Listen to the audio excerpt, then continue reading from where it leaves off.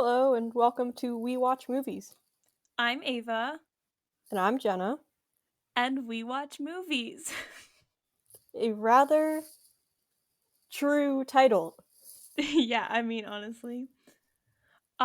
So today we watched Enola Holmes, which is a new Netflix release from September this year, starring Millie Bobby Brown, and it was directed by Harry Bradbeer.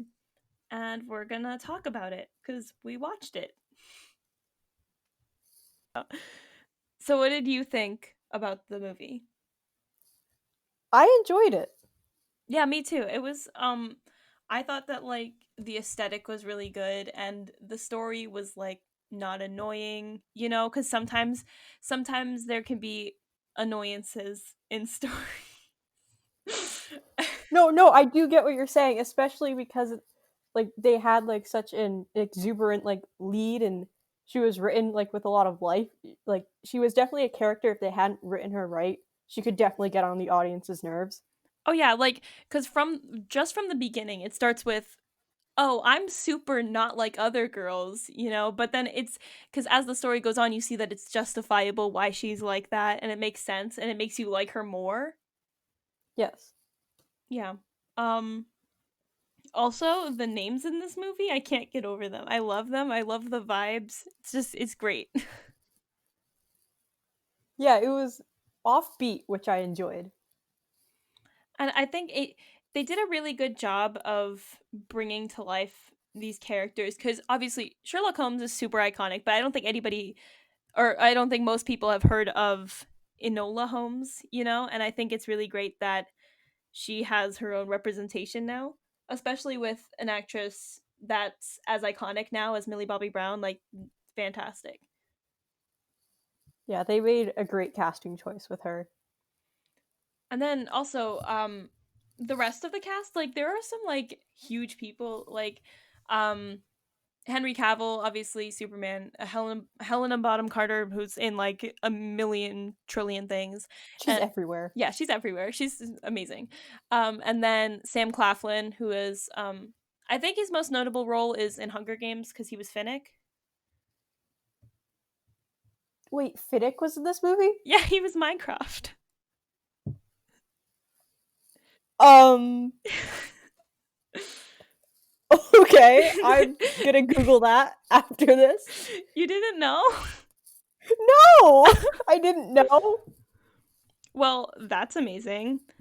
Um, but then I remember Louis Partridge, who was Tewksbury.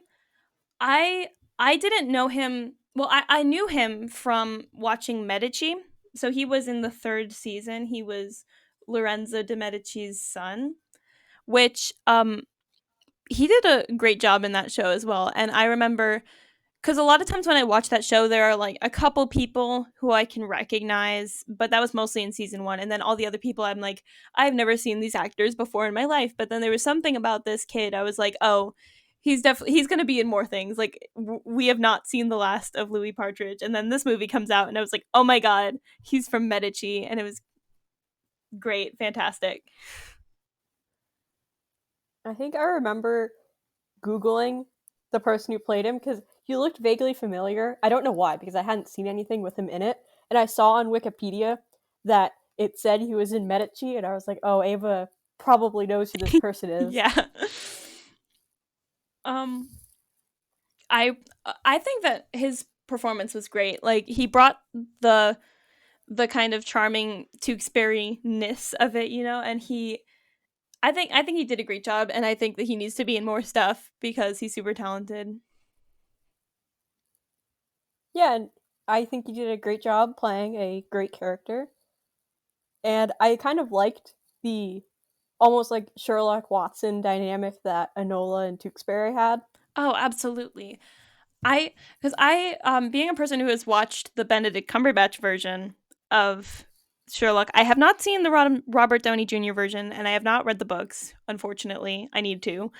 Um, but I watched and enjoyed the entire Netflix version, As did I. and I do I do like this new take on the character because obviously in the Netflix version, Benedict Cumberbatch's version of Sherlock is very not open about his emotions. Obviously, he's not super. I mean, he is charming, but he's not like the same type of charming as this version of Sherlock was. Because this one I feel like was more gregarious, more amicable than the other one was. Yeah, like the BBC Netflix one was a lot colder and Mm-hmm. like he was more so charming in a way of like if you like casual murder, then I'm your guy. Yeah, I mean, this guy seemed like he could establish healthy relationships with other humans, which I don't think that the one in the other Netflix could have done. And then Absolutely not. similarly with Mycroft, but Mycroft was, I think Mycroft had more similarities to the other version um, than Sherlock did, definitely, because they were both kind of like that snooty Mycroft type person, obviously. Um, But then in Sherlock, there was no reference to Enola at all. Like no reference to their mother, no reference to Tewksbury. So all these new characters are like really fun and fresh, and I think it's great that they have a movie now. Yeah, and I think I don't. This might just be something I made up, but I think Enola Holmes is like because the Holmes siblings do have a canonical sister, but I think Enola is actually like from a middle grade series of novels that are more recent. Hmm. Well, I I might be wrong on that. yeah, I honestly I wouldn't know. I'm not a book expert.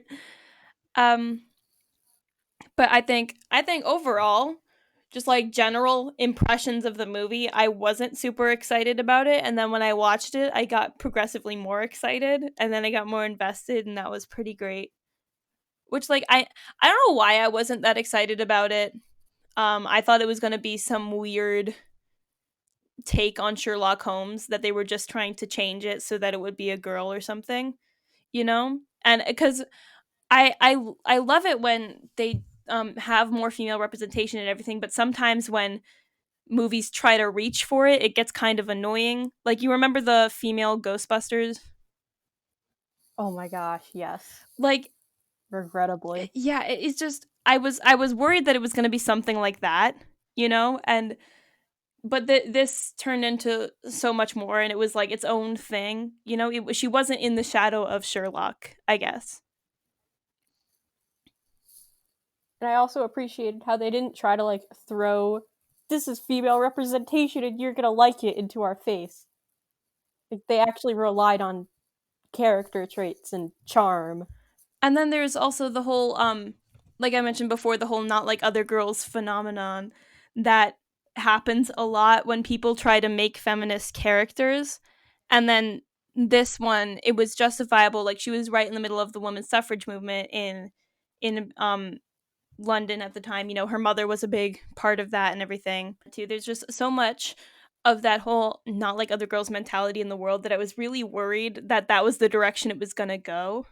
And obviously she is rejecting like gender norms and everything, but she's doing it in a way that's not like obnoxious, kind of.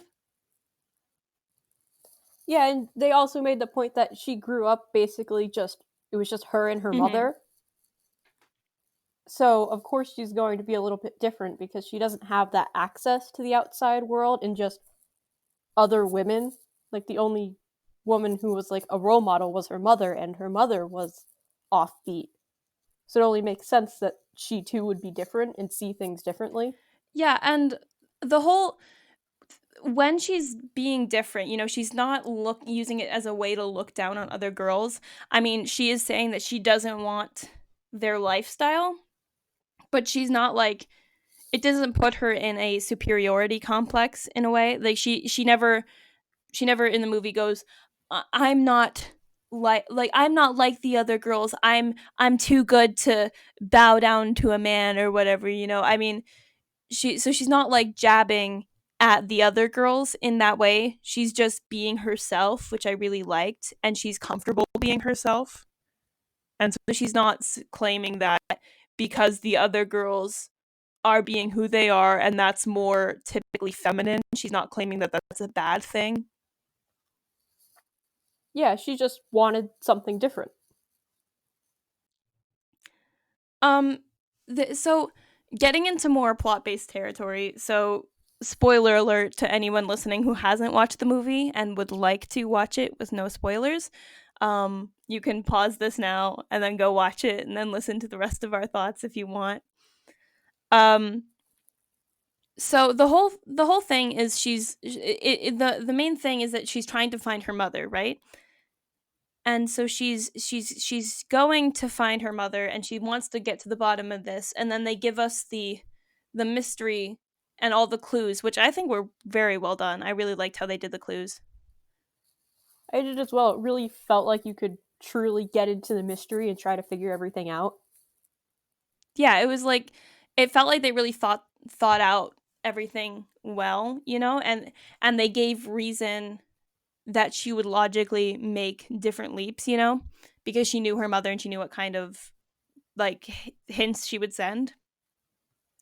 Um and then that led her eventually to the lab type place where she was making bombs, which obviously that made that really cool scene where she was like fighting the guy, and then it all exploded. But one thing that gave me pause about that whole sequence was that those bombs never came back. It's like kind of one of those Chekhov's gun moments, like when if you put a gun into a story, it must be fired. You know, that's not verbatim exactly what it is, but you know what that is, right? Yeah, It kind of bothered me that when her mother came back at the end, it wasn't because Enola found her, and she didn't give us any conclusion about what those bombs were or what she was planning to do. You have all this, you plant all these hints about her mother's planning to explode somebody in a riot about women's suffrage, and then it never happens and she never explains it. That kind of bothered me. and I agree because they did a good job of setting up other things, like the whole thing with like the corset and then eventually the shield of armor. Hmm. But like that was something that I feel like if they had chosen to use it in the climax, it would have made for like a much more dramatic and good scene to just watch, because it's suddenly like everything is coming full circle, but now we have like these threads that don't really go anywhere. That would have been really interesting, that I would have liked to see. Yeah, or even if they're not going to shoehorn it into the climax, like give us some sort of resolution to it at the end, or if they were planning on doing a sequel, hint at that or something. Because what they did was very forced, I feel like, because they're like, oh, we wanted these bombs in this one scene, but we don't want to explain why they're there. Yeah, because like I feel like the threat of bombs in any capacity would be a good motivation for both the main character and the audience. Hmm. And like it builds a tension that is really detached from the rest of the plot. Yeah, it's like Enola doesn't strike me as the kind of person who would see her mom and be like, okay, and be like, okay, so you were making bombs, but I'm not going to ask you about them.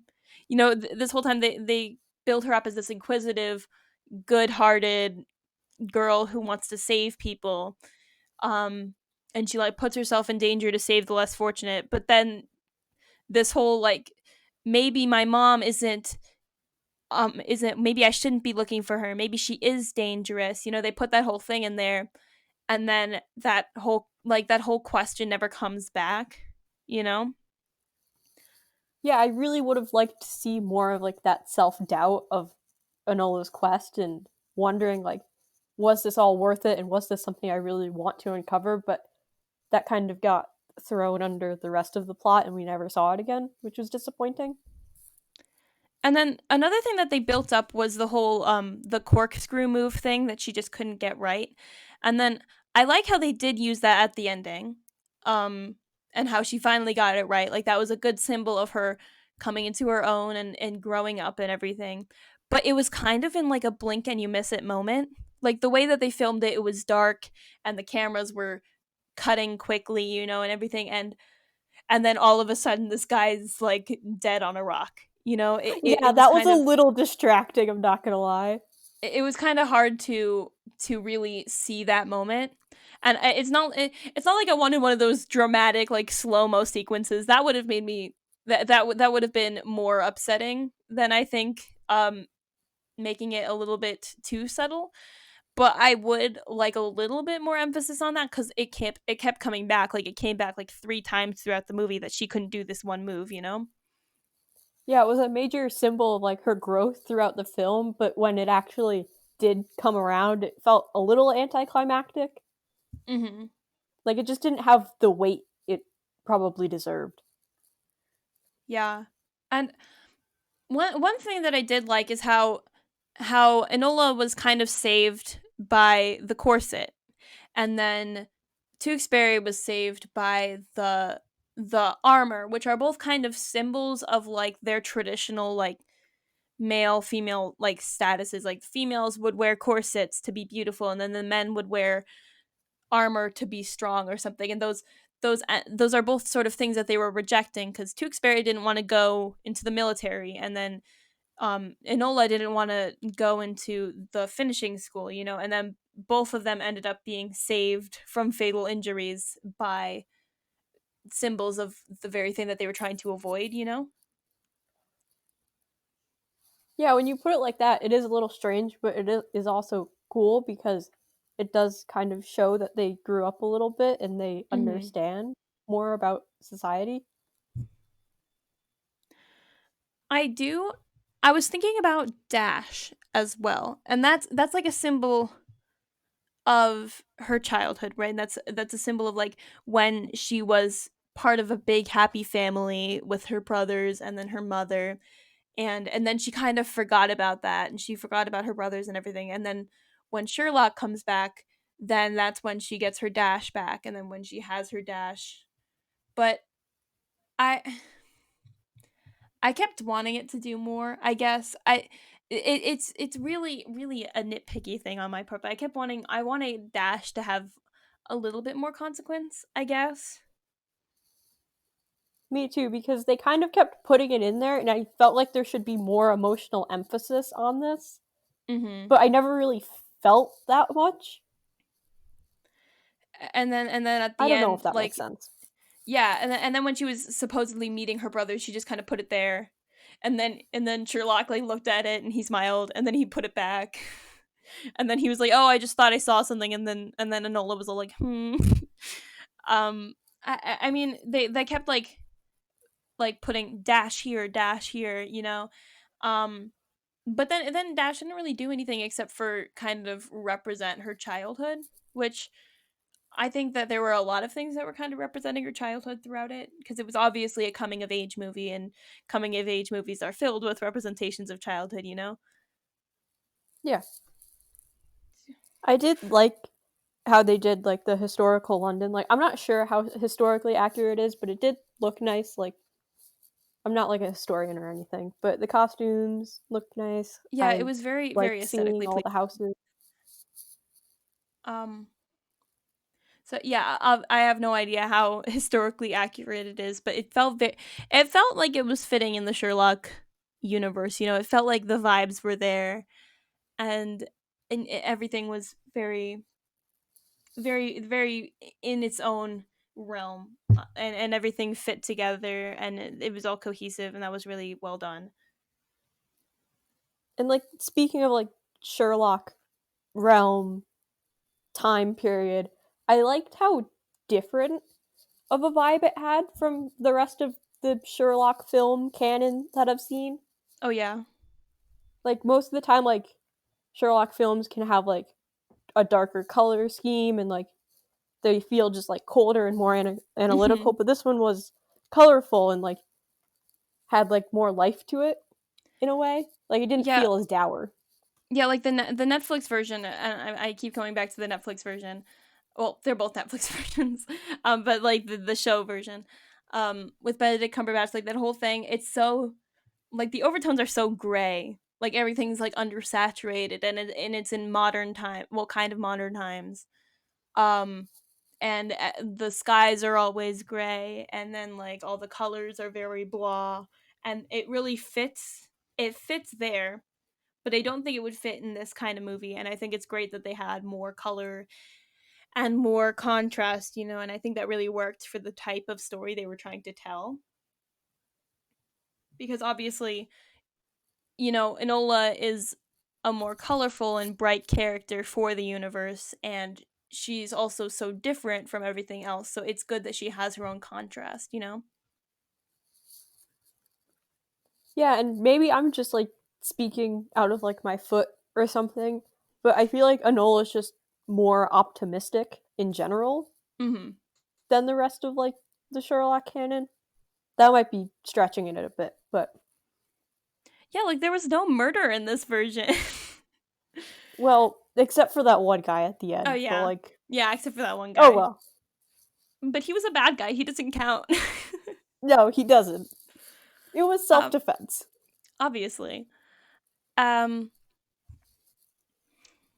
so I also, if we're going back to the historical accuracy thing, I don't know a lot about what the reform bill was, but I know it was adding more voting people. It was adding more votes to different people. So it was adding more suffrage to different men. It wasn't the women's suffrage at the time, but I do know that, so it was more suffrage for more citizens.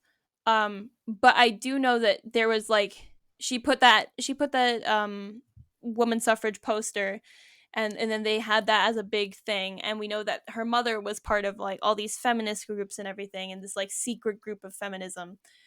And they don't really bring that back much. It's they have all this hidden lore on her mother, you know, and all this stuff, and she's following this breadcrumbs, and then when it comes to saving Tewksbury, kind of all that gets forgotten. Which I get that she was sort of shifting her goal, but it kind of feels like they just forgot, and they just switched what their plot was doing like halfway through. Not in a super bad way. I just wish that there was more about her mother and more explanation. I agree because a slightly radical group of like underground women during whatever era of London this is sounds pretty cool to me. Yeah, that's super So cool. I would have liked to see more of them just because they were pretty cool. Not that the plot we got was bad either, like it was fine. Like I mean, a secret society of feminist women who are fighting for women's suffrage by using word jumbles and bombs. And they're all proficient in jujitsu and other forms of fighting and everything, and they're all like super smart. Like that's really cool, and they had this really cool thing, and I was really hoping to get more of it. And then at the end, it's not even Enola who finds her mom; it's her mom who finds Enola. You know, and it was just kind of, it was just kind of disappointing in that regards, because everything else was so exciting and so interesting and awesome, and then they had this really awesome thing going with the suffrage movement, and then it just kind of vanished.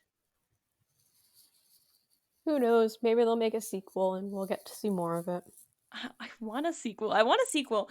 um because I mean, most of the time I don't want sequels, but because they have so much developed and so much of it wasn't answered, I'm like, I would happily accept a sequel of this movie. Like they definitely have the material and they definitely have the talent and the ability to do it. Yeah, like they have an So like amazing if cast. They have a really well defined universe. They have an awesome character that, and well, they have multiple awesome characters, and they have a whole new take on a super iconic universe. Like I think they could definitely make a sequel of this, as long as the sequel doesn't suck, because that would kind of take away from this first movie. bad sequels are not allowed, No bad sequels here. we will regret watching it. um yeah, I I love when we get like super cool innovative movies, and then I hate it when they get ruined by their sequels. Like I really don't want us if we have a sequel of this movie and they backpedal on anything instead of furthering all the stuff, that would really upset me. Like if they decided to all of a sudden make her Sherlock's assistant, which he was kind of hinting at the end, like he was like, I want her to be my ward in the future. But then that would sort of change her being on the run. You know, that would make her less focused on her mother. That would make her no longer like alone. She would now be a partner relying on Sherlock, which is kind of I feel like that would backpedal on her character a little bit, but that also kind of felt like a possible direction that it could go at the end, like that they were hinting at. I wouldn't mind like a stronger like cat and mouse dynamic between the Mm-hmm. two of them. Like instead of like opening the movie with her becoming like Sherlock's ward officially, instead having like maybe one of the plots in the imaginative sequel being like her trying to stay 1 foot ahead of him. Oh yeah, because I mean Sherlock. Everybody knows Sherlock is like super good at finding people. He's like this incredible detective. And Enola is established as this super smart girl who's a super good detective.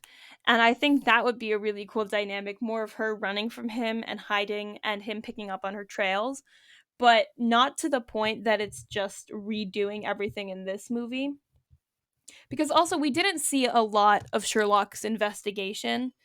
And I feel like the explanation for him figuring out at the end that it was the grandmother, he I feel like he would have found that out a little bit quicker because it was in a picture in a newspaper, and I feel like that's the first place he would look, you know. Exactly.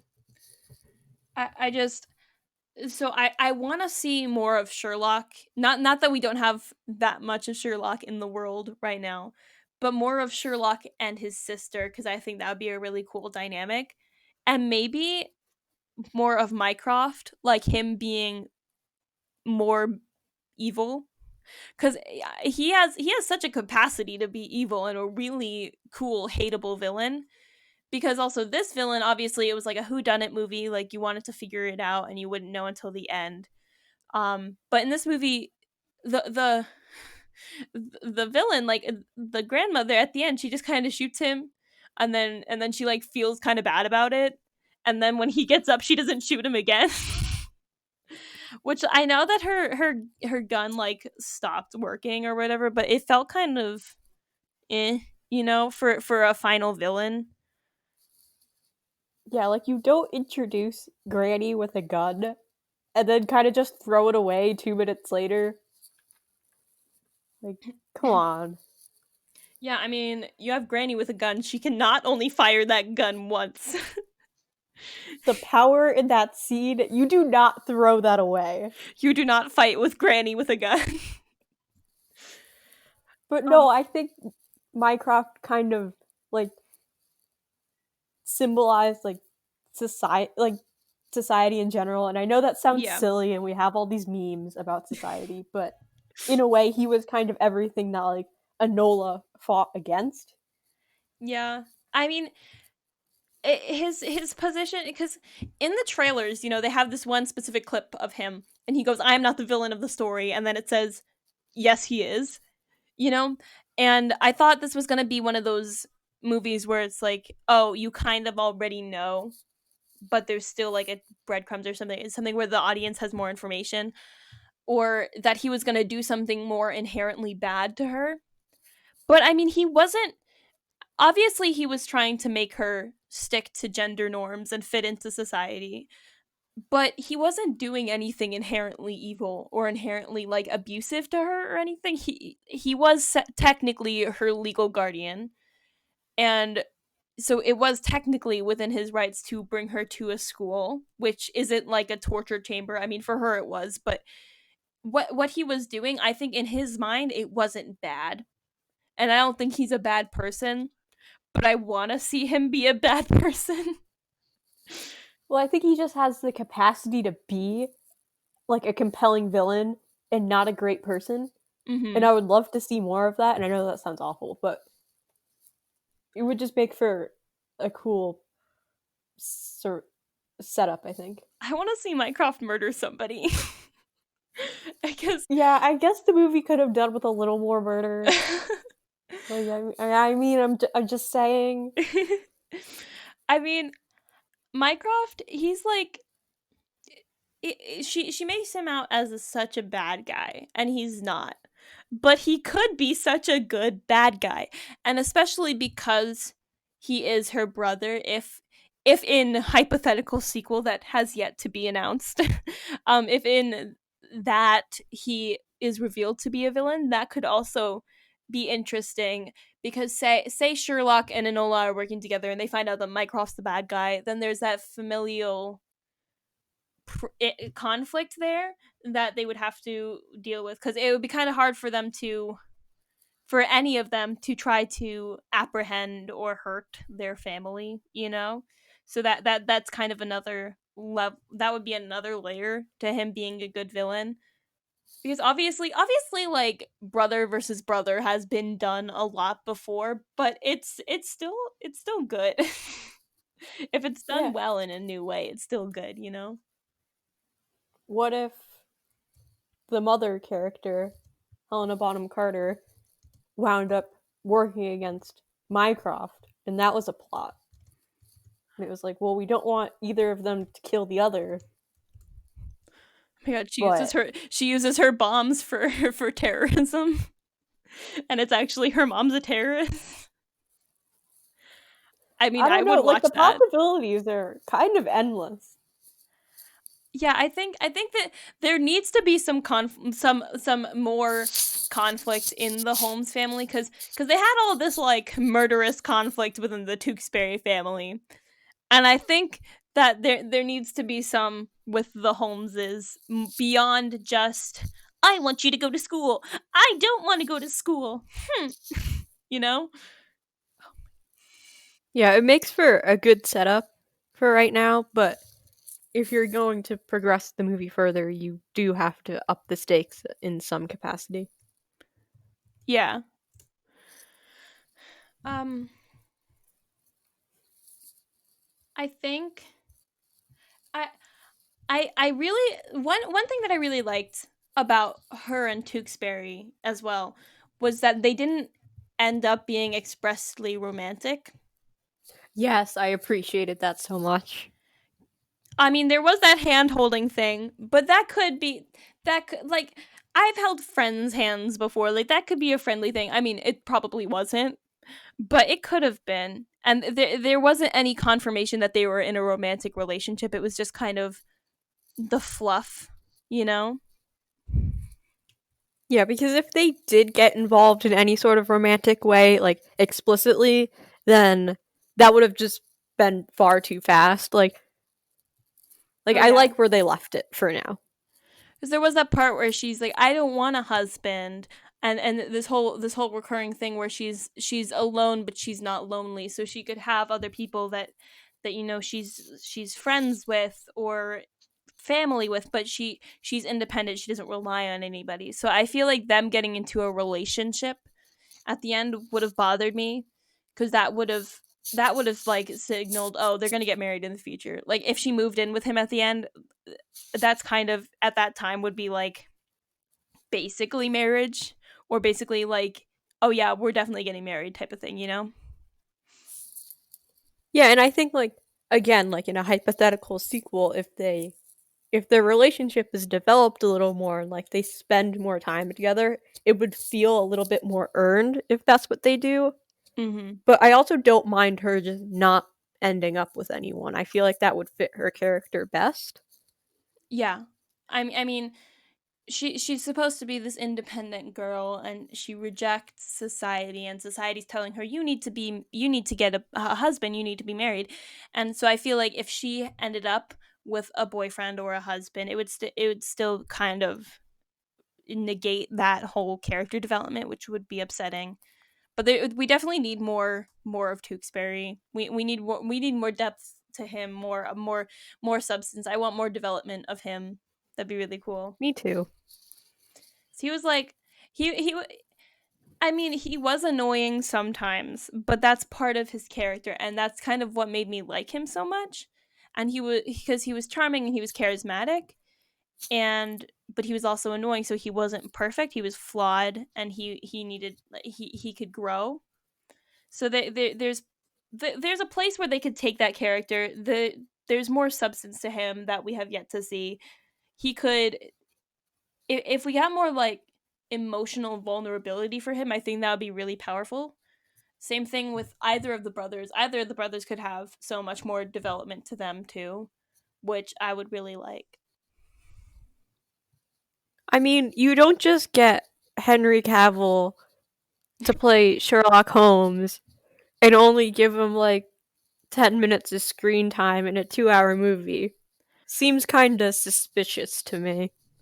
Yeah, I was really expecting because Henry Cavill and Sam Claflin and I mean even Helena Bonham Carter, she was kind of small as well.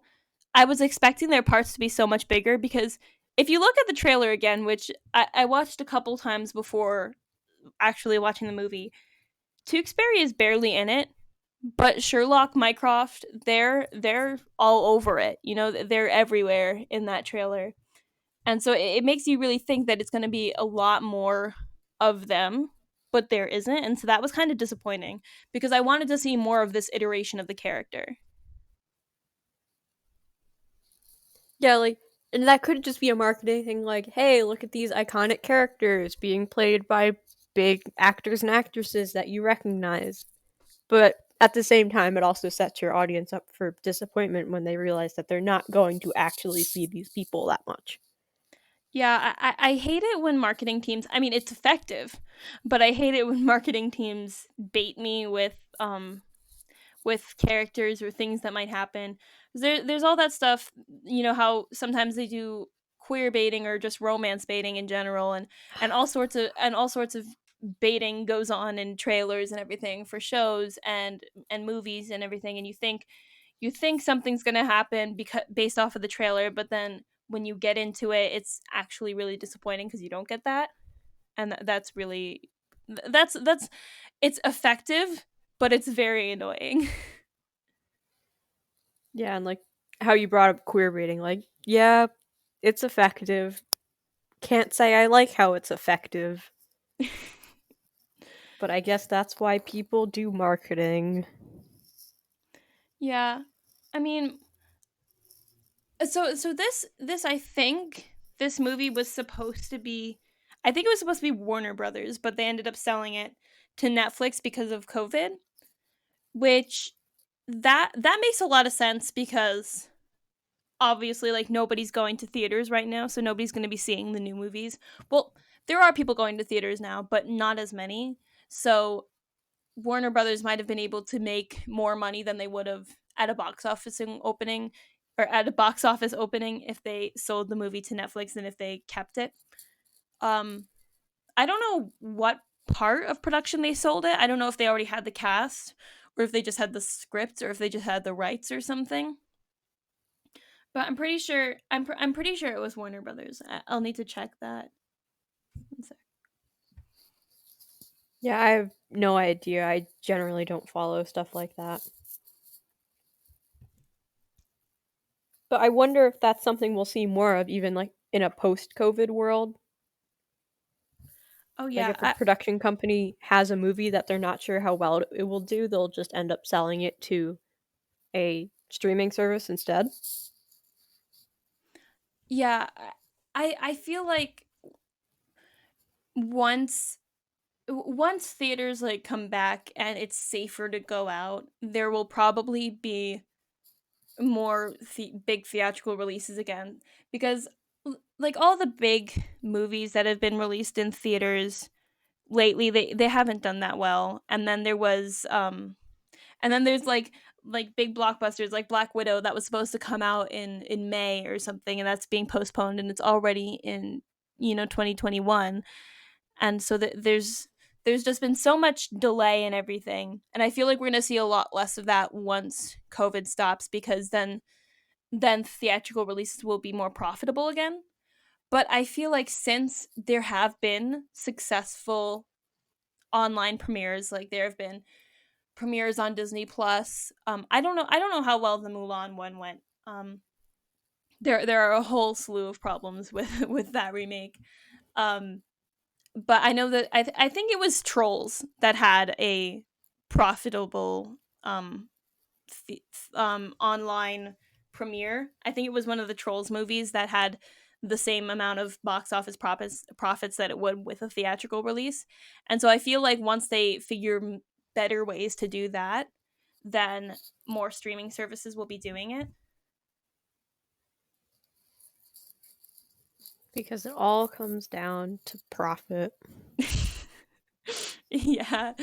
I it's all capitalism. It makes sense to me, but I hope that movie theaters don't go out of style because I love the movie theaters so much.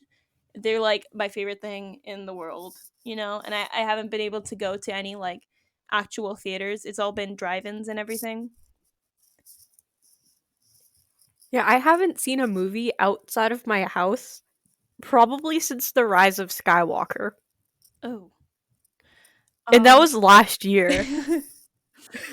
I think the last time the last time I saw one in a movie theater, like a theater, it was probably um in February, I think.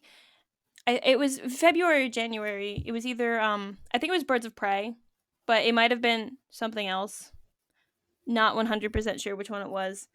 It also might have been The Turning, which um but I just I really miss the whole experience that it is because everybody's like, oh, I don't want to go to the movie theaters because it's so expensive, but you're not buying like the rights to see a movie. You're going for an experience. It's the same reason why people would go to see a concert, you know, but it's not as a big of a deal as like a concert, but still if you go there and then you have the experience of getting the snacks and then you get to see it in the theater with the big screen and then like the surround sound and it's just it's something that I really want to come back soon.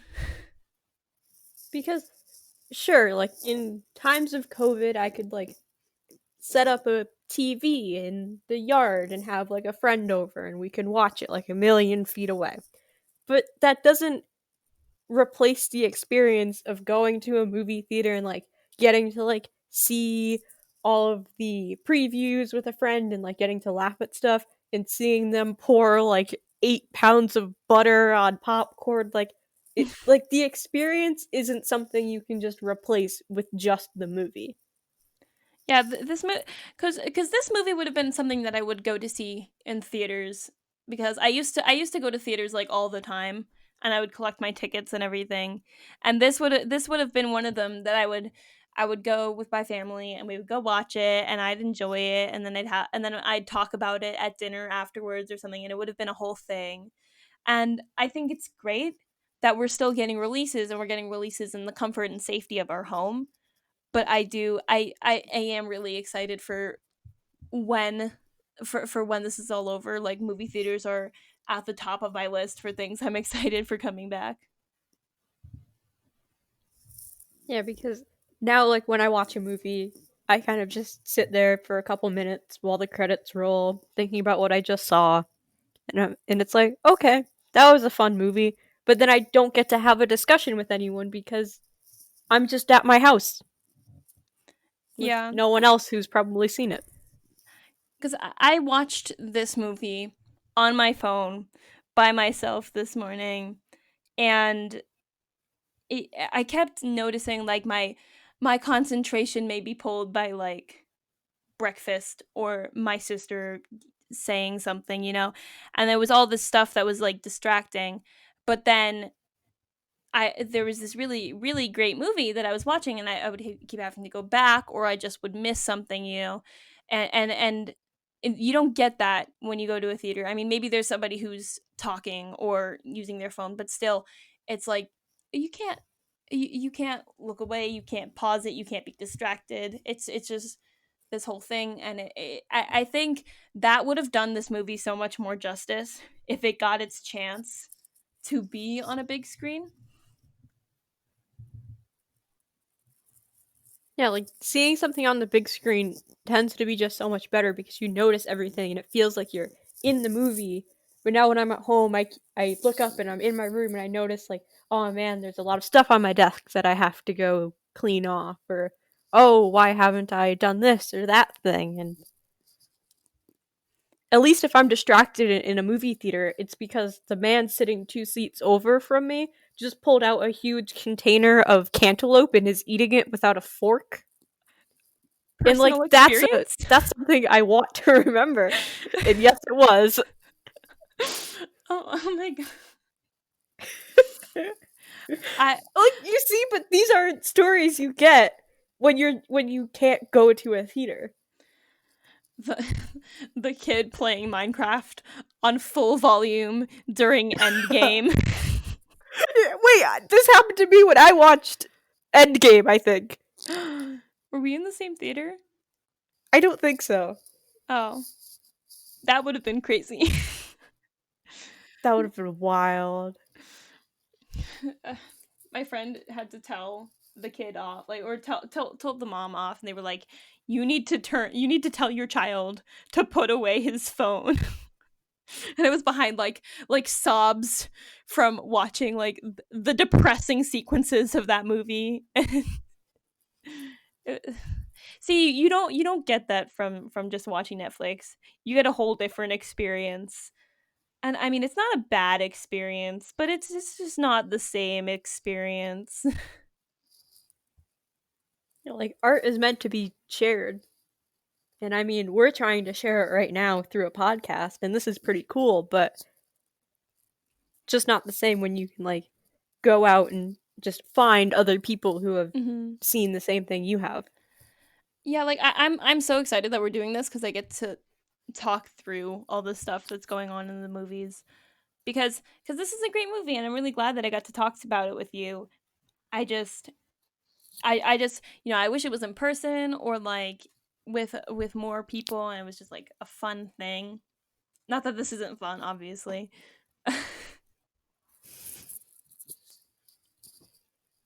Just the lengths we go to for social distancing. The amount of headphones I have on my floor. Yeah, It's not funny, we but had it some kind of technical is. difficulties.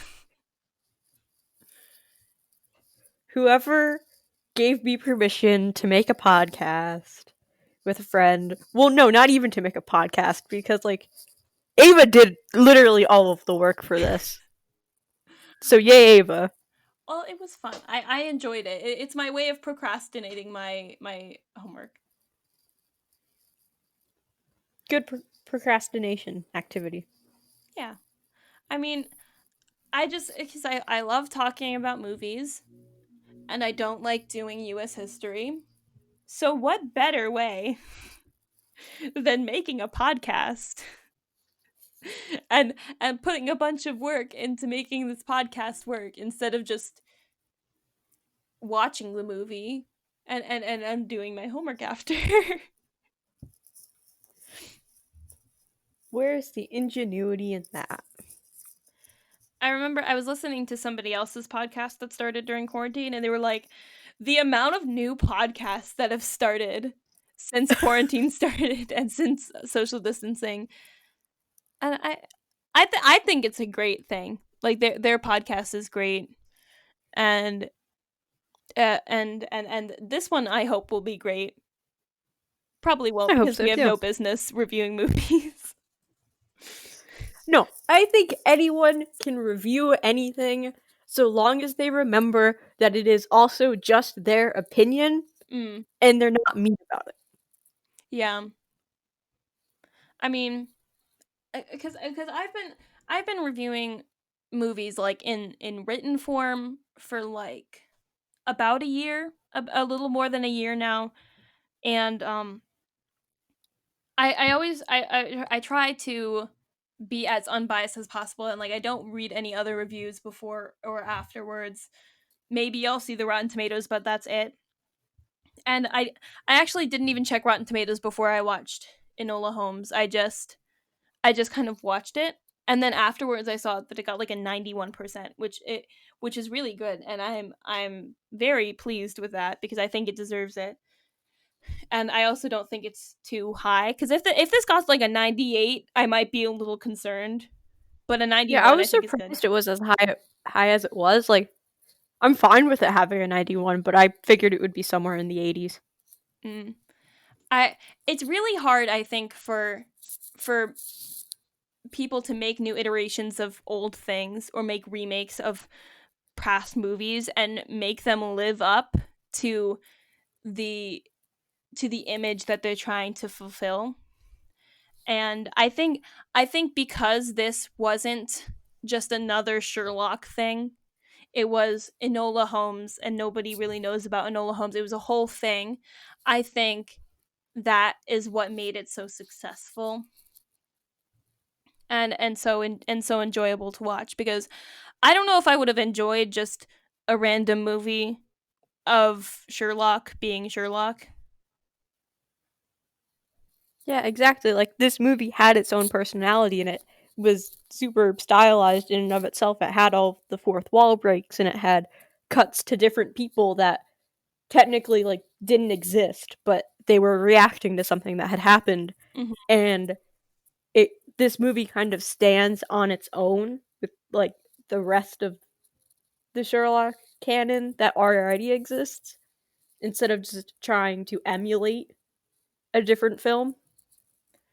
And also you can tell that the target audience for this movie is younger than say the Sherlock show or anything because well it stars Millie Bobby Brown, who is a role model for a lot of teenage girls right now, and then the main protagonist herself is a teenage girl, and they're so the entire demographic is younger and probably more geared to girls, I guess. And it's all about feminism and everything, and it has a good message in it as well. And I think it's not it's not hurting anybody, which is that's my main thing when I watch a movie. If the message is hurting somebody, that really bothers me, and I didn't find that with this movie.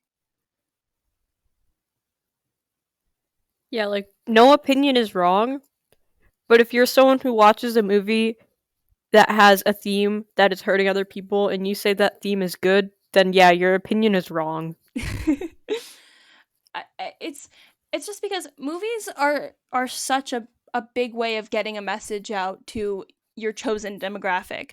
And then when there's say I think one such instance was Tall Girl, I think it was, that I had a big problem with it because the message was all about, you know, she was coming to accept herself, which I guess that's good, but then she like settles for the guy that she didn't want to begin with. And I don't I don't remember that much about that movie. I tried to block it as much as possible from my mind.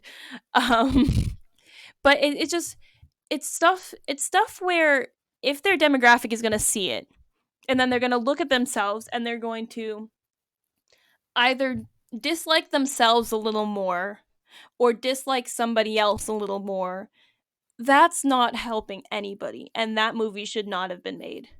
And not directing this completely at Tall Girl, obviously, but if your message is hurting somebody, your movie should not be made, and that's definitely the opposite from this movie because the message was fantastic. It's telling girls they can decide what they want to be. They can be independent. They don't need to be with a partner to be successful, but also there's no shame in getting help or having friends and everything.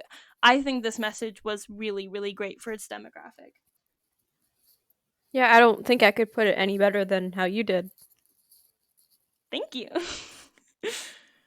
um well, anyways, you guys, we watched this movie and we liked it. Um so I think this was a very successful first episode, and I hope that next time we record something that you guys come back and y'all listen and y'all enjoy it. Um yeah. Woo! Bye. Bye, all.